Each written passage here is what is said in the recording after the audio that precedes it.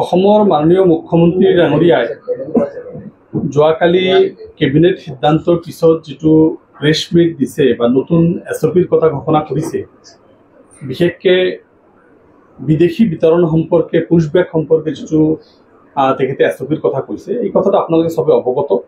এই এছঅপিৰ জৰিয়তে তেখেতে এটা কথা স্পষ্টকৈ ক'ব বিচাৰিছে যে এতিয়া আৰু ফৰেনাৰ্ছ ট্ৰাইব্যুনেলৰ কোনো গুৰুত্ব নাই।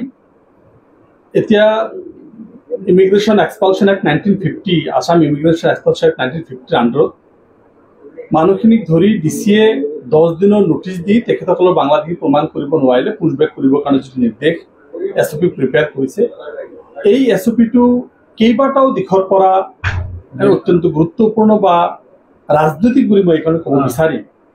যিটো সময়ত অসমত আপোনালোকে সবে দেখা পাইছে, সৌ সিদিনালৈকে যিটো কাৰ বিৰুদ্ধে নতুনকৈ অসমত এটা আন্দোলন কাৰ্যসূচী চলি আছে আৰু কাটোক বহিষ্কাৰ কৰাৰ ক্ষেত্ৰত এটা গুৰুত্বপূৰ্ণ বিভিন্ন সংগঠনে এই বিভিন্ন দাবী দাবা উত্থাপন কৰি আহিছে বা আন্দোলন কাৰ্যসূচী হাতত লৈছে। এই মুহূৰ্তত তেখেত দেখা পাইছে যে ইয়াৰ আগতে অসমৰ বিদেশী বিতৰণ সম্পৰ্কে স্পষ্ট নীতি চিটিজেনশ্বিপ এক্ট আমাৰ কি কয় অসম চুক্তিৰ জৰিয়তে 71 চন কৰা হৈছিল আৰু পৰৱৰ্তী সময়ত এইটো ইণ্ডিয়ান পাৰ্লামেণ্টে চিটিজেনশ্বিপ এক্ট 1955 সেকশন 6A জৰিয়তে এষ্টাব্লিছ কৰিছে 71, ৰেষ্ট অফ দ্য ইণ্ডিয়া 71, অসমৰ ক্ষেত্ৰত ৰেষ্ট অফ দ্য ইণ্ডিয়া 51, অসমৰ ক্ষেত্ৰত 71, এইটো স্পষ্ট কৰিছে। পৰৱৰ্তী সময়ত অসম চুক্তি আৰু চিটিজেনশ্বিপ এক্টক অৱমাননা কৰি তেখেতসকলে জোৰ জবৰদস্তি বা আনকনষ্টিটিউচনেলভাৱে কাটো লৈ আনিলে আৰু সেই কাৰ জৰিয়তে কেবৰ জৰিয়তে হ'ল আৰু এই কাটো আহি তেখেতসকলে 2014 চনৰ 31 ডিচেম্বৰলৈকে এইটো এটা স্পষ্ট ধাৰণা দিয়া হ'ল যে এইখিনি মানুহক এতিয়া নাগৰিকত্ব দিয়া হ'ল। মুখ্যমন্ত্ৰী কালি ঘোষণা কৰা মতে এতিয়ালৈকে মাত্ৰ 22 জনেহে এপ্লাই কৰিছে কাৰ অন্তৰ্গতভাৱে। কিন্তু আমি দেখিছোঁ যে যিহেতু ইয়াত চিটিজেনশ্বিপ এক্ট আসাম এক্সপালশ্যন এক্ট 1950 আণ্ডাৰত বিদেশী বিতৰণৰ কথা কৈ আছে, একেটা সময়ত কিন্তু গৃহমন্ত্ৰী ভাৰতবৰ্ষৰ গৃহমন্ত্ৰীয়ে এই কাৰ যিটো 2014 চনৰ কথাটো আছিল, এইটো নতুন এটা নটিফিকেশ্যন জাৰি কৰিলে যোৱা কেইদিনমান আগত, আপোনালোকে সবে অৱগত। সেই নটিফিকেশ্যনটোৰ জৰিয়তে কোৱা হ'ল 10 বছৰ এক্সটেনশ্যন দিয়া হ'ল 2024 চনৰ 31 ডিচেম্বৰত যিবিলাক বাংলাদেশ, পাকিস্তান আৰু আফগানিস্তানৰ পৰা মুছলমানৰ বাহিৰে যি 6টা মাইনৰিটি জনগোষ্ঠী, হিন্দু সেই অঞ্চলৰ মাইনৰিটি, বিশেষকৈ হিন্দু, খ্ৰীষ্টান, বুদ্ধিষ্ট, জৈন, ফাৰ্চী এইবিলাক জনগোষ্ঠী যদি ভাৰতলৈ আহে এখেতসকলক ঘূৰাই পঠোৱা নহ'ব। যদিভাৱে কালি আপোনালোকে নিশ্চয় দেখা পাইছে মাছুম বিল্লাৰ এটা ৰিপৰ্ট, আমি পশ্চিমবংগৰ বাংলাদেশৰ আমাৰ যিটো গোবিন্দ চন্দ্ৰ পৰমাণিক মানে বাংলাদেশৰ যিজন মানে RSSৰ হেড বা আমাৰ বাংলাদেশৰ যিটো হিন্দু মহাসভাৰ হেড, তেখেতে স্পষ্টভাৱে কৈছে যে আমি ভাৰতবৰ্ষৰ আমি নাগৰিকত্ব ল'বলৈ ৰাজি নহয়। এই কাৰণ ৰাজি নহয় যে এই বাংলাদেশী ইস্যুটো ভাৰতবৰ্ষত এটা ৰাজনৈতিক ইস্যু, তেখেতসকলে আমাৰ মানুহ লৈ বিভিন্ন অধিকাৰ পৰা বঞ্চিত কৰিছে। আজি বহুত কথা ইয়াত আছে যে সেইখিনি মানুহক নাগৰিকত্ব দিয়া হ'ব, তেতিয়াহ'লে ক্লজ 6ত কি হ'ব? ক্লজ 6ত কি হ'ব? ক্লজ 6ত যে কোৱা হৈছে তেখেতসকলক ভূমিকাৰ অধিকাৰ দিয়া নহ'ব, তেখেতসকলক চাকৰি বাকৰিৰ অধিকাৰ দিয়া নহ'ব, তেখেতসকলক ৰাজনৈতিক অধিকাৰ দিয়া নহ'ব। যিখিনি মানুহ আনিব তেখেতসকলক কি কৰা হ'ব? এই বহুত কেইটা ইয়াতে এটা ট্ৰেঞ্জি চিচুৱেশ্যন হৈ আছে। আজিৰ এই মুহূৰ্তত যিহেতু মাননীয় মুখ্যমন্ত্ৰী ডাঙৰীয়াই পাকিস্তান, গৌৰৱ গগৈ পাকিস্তান সম্পৰ্কে যিটো ডিচিশ্যন আজি দিব লগা আছে, সেইটো সম্পৰ্কে দিয়াৰ আগতে বম ফুটাইছে নেকি, ৰাজনৈতিক বম? বা উজনি অসমত বা বিভিন্ন ঠাইত আমি দেখিছোঁ যে নতুনকৈ যিটো আমাৰ কাৰ ওপৰত আৰু 10 বছৰ এক্সটেনশ্যন, এইটোৰ ওপৰত যে আন্দোলন কাৰ্যসূচী এইটো দমাবৰ কাৰণে আকৌ মিয়াদ টাৰ্গেট কৰি লোৱা হৈছে নেকি? তেখেতসকলক মানে এক্সপালশ্যন এক্টটো ইউজ কৰি তেখেতসকলক পুশবেক কৰিব পাৰি নেকি? এই যে গোটেইখিনি এটা ৰাজনৈতিক ষড়যন্ত্ৰ আৰু 26ৰ দেওনা পাৰ কৰিবৰ কাৰণে উচ্ছেদৰ পিছত নতুনকৈ আসাম ইমিগ্ৰেশ্যন এক্সপালশ্যন এক্টৰ জৰিয়তে তেখেতসকলে আমাৰ সম্পূৰ্ণৰূপে এফটিক নালিফাই কৰাৰ যিটো কৌশল, এইটো কিন্তু মাৰাত্মকভাৱে ৰাজনৈতিক ষড়যন্ত্ৰ বুলি আমাৰ অনুভৱ হৈছে আৰু এই বিষয়টো আমি উত্থাপন কৰিব বিচাৰিছোঁ। আমি এছঅপিখন বিৰোধিতা কৰা নাই।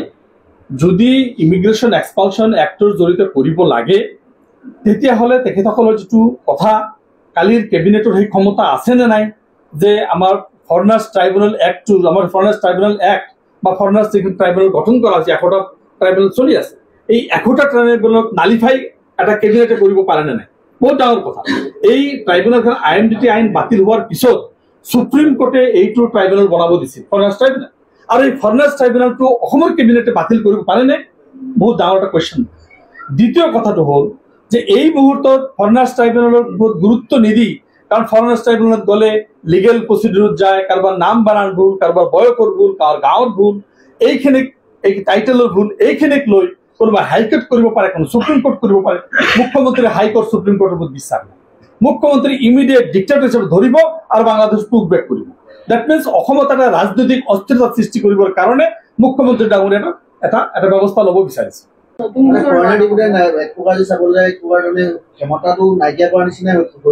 আচলতে মূলত এই কথাটো ফৰেনাৰ্ছ ট্ৰাইব্যুনেলৰ যিটো ক্ষমতা, যিখিনি মেম্বাৰ্ছ বিলাকৰ যিটো ক্ষমতা দিছে, that is one of the legal procedure.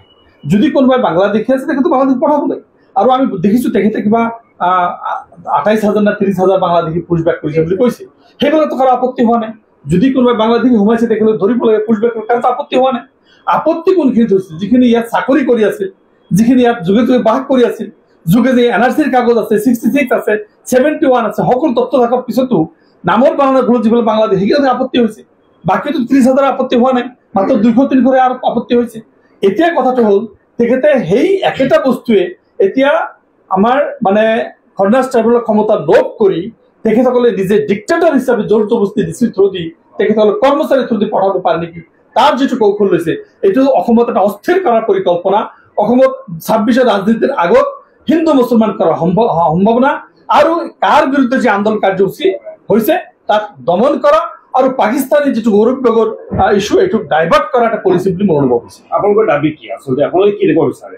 আমি বিচাৰো যে আইনৰ ভিত্তি, যদি হিন্দু হয়, মুছলিম হয়, নেপালী হয়, যি নহওক, আইনৰ ভিত্তিত চিটিজেনশ্বিপ এক্ট 1955 সেকশন 6A ফলো কৰি, অসম চুক্তিক ফলো কৰি আমি বিদেশী বিতৰণ কৰা, আইনৰ জৰিয়তে বিদেশী ইষ্টাব্লিছ কৰা বিতৰণ কৰাত আমাৰ কোনো আপত্তি নাই যদি কোনো বাংলাদেশী হয়। কিন্তু কোনোবাই সন্দেহ কৰি মোৰ নামত কাইলৈ দি দিব যে আমিনুল ইছলাম ফৰেনাৰ্ছ, ডাউট কৰিব, কোনোবাই ডাউটফুল কৰিব, কোনোবাই ডাউটফুল কৰি কাৰোবাক মাৰপিট কৰিব, কোনো ডাউটফুল ওজনৰ পৰা খেদি পঠিয়াব। These are not the legal system. মই বুজিছো এটা কথাই যে আইনৰ জৰিয়তে, এইটো আইনৰ শাসন, এইটো এটা গণতন্ত্ৰ দেশ, ইয়াত আইনটোক আমি সংবিধানটোকে চবতকে বেছি গুৰুত্ব দিছোঁ। ইয়াত সংবিধানটো চিটিজেনশ্বিপ এক্টবিলাকক গুৰুত্ব নোহোৱা কৰি তেখেতসকলৰ এককভাৱে তেখেতৰ মতটোকে ইষ্টাব্লিছ কৰাটো আইনসংগত নহয়, এইটো বেআইনী, এটা অন্যায়, এটা অত্যাচাৰ। এতিয়া আমাৰ কথাটো হ'ল যে কোনখিনি মানুহ 2014 চনলৈকে আহিছিল, এই তথ্যটো কাৰ হাতত আছে, নম্বৰ 1। দ্বিতীয় কথাটো হ'ল 2024লৈকে যিখিনি আহিছে এই তথ্যটো কাৰ হাতত আছে। ইমান দিনে এই কথাটো এটা কথা আছিল যে তেখেতসকলে ৰিলিজিয়াছ পাৰ্চিকিউশ্যন হৈছিল নাই। Now my question is that are they religious persecuted or not? Who will establish it? কোনে ইয়াত ৰিলিজিয়াছ পাৰ্চিকিউশ্যন হৈ আহিছে নে দেশান্তৰ হৈ আহিছে? ৰিলিজিয়াছ পাৰ্চিকিউশ্যন হৈ অহা মানুহখিনিৰ আমাৰ হাতত কি তথ্য আছে যে এইখিনি মানুহ ৰিলিজিয়াছ পাৰ্চিকিউটেড অৰ নট? এই তথ্যটো কিন্তু আমাৰ ভাৰতবৰ্ষৰ কাৰো হাতত নাই। না BSFৰ হাতত আছে, না হোম ডিপাৰ্টমেণ্টৰ হাতত আছে, না অসমৰ মুখ্যমন্ত্ৰীৰ হাতত আছে। কিন্তু একেটা সময়ত সম্পূৰ্ণ বিপৰীতধৰ্মী কথা, এটা সময়ত তেখেতসকলক কাৰোবাৰ কাৰণে 2024 চনৰ 31 ডিচেম্বৰ ফিক্স কৰা হৈছে সৰ্বভাৰতীয় হিচাপত। দ্বিতীয় কথাটো কিন্তু আমি দেখিছো যে এতিয়া আসাম ইমিগ্ৰেশ্যন এক্সপালশ্যন এক্ট 1950, যিটো সময়ত সেই সময়ত পাকিস্তানৰ পৰা যিবিলাক আহিছিল তেখেতসকলৰ বহিষ্কৰণৰ যিটো ব্যৱস্থা আছিল, সেইটোক কিন্তু এতিয়ালৈকে এই কথাটো এতিয়া নতুনকৈ প্ৰৱৰ্তন কৰিব বিচৰা হৈছে। মোৰ কথাটো হ'ল মাননীয় মুখ্যমন্ত্ৰী ডাঙৰীয়াই কেনেকে সুপ্ৰিম কোৰ্টৰ জৰিয়তে নিৰ্ধাৰণ কৰা বা আমাৰ যিটো ফৰেনাৰ্ছ ট্ৰাইব্যুনেল, ফৰেনাৰ্ছ ট্ৰাইব্যুনেলটো কেনেকে এটা কেবিনেট নালিফাই কৰিব পাৰে। সেই সময়ত কিন্তু স্পষ্টভাৱে আমাৰ যিটো ডিভিজন বেঞ্চ আছিল, কনষ্টিটিউশ্যনেল বেঞ্চ আছিল, কনষ্টিটিউশ্যনেল হয় এই কথাটো কৈছে যে আমাৰ ইয়াত চিটিজেনশ্বিপ এক্ট 1955 আৰু আমাৰ কি কৈছে এইটো আমাৰ যি মাইগ্ৰেশ্যন এক্সপালশ্যন 1950 দুটা হেণ্ড টু হেণ্ড মিলাই চলিব এই কথাটো কৈছে।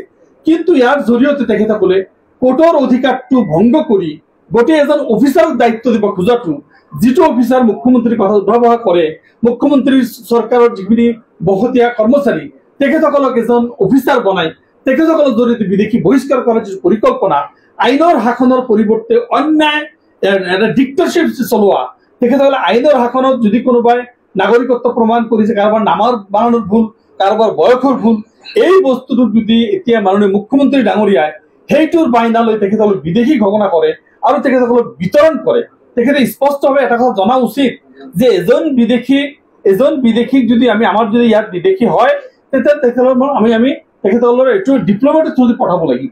সেই দেশত আমাৰ যিটো এক্সট্ৰাডিশ্যন ট্ৰিটি আছে নাই বাংলাদেশৰ লগত, সেই কথাবিলাক আহিব। কিন্তু আইনৰ তেখেতসকলে কোনো ধৰণৰ কথা ইয়াত স্বীকাৰ নকৰাকে অন্যায়ভাৱে ডিচিক সৰ্বক্ষমতা দিব বিচৰা হৈছে। আৰু এই ডিচিক এই ক্ষমতাটো প্ৰদান কৰিলে, ডিচিক এই ক্ষমতাটো প্ৰদান কৰাৰ লগে লগে আমি এটা কথা আমি স্পষ্টভাৱে গম পাই যাম যে ডিচিৰ এই ক্ষমতাটো জৰিয়তে মিছ ইউজ হোৱাৰ সম্ভাৱনা আছে, আৰু এইটো মিছ ইউজ হৈ শ শ মানুহক এটা আমাৰ এইটো কৰাৰ সম্ভাৱনা আছে।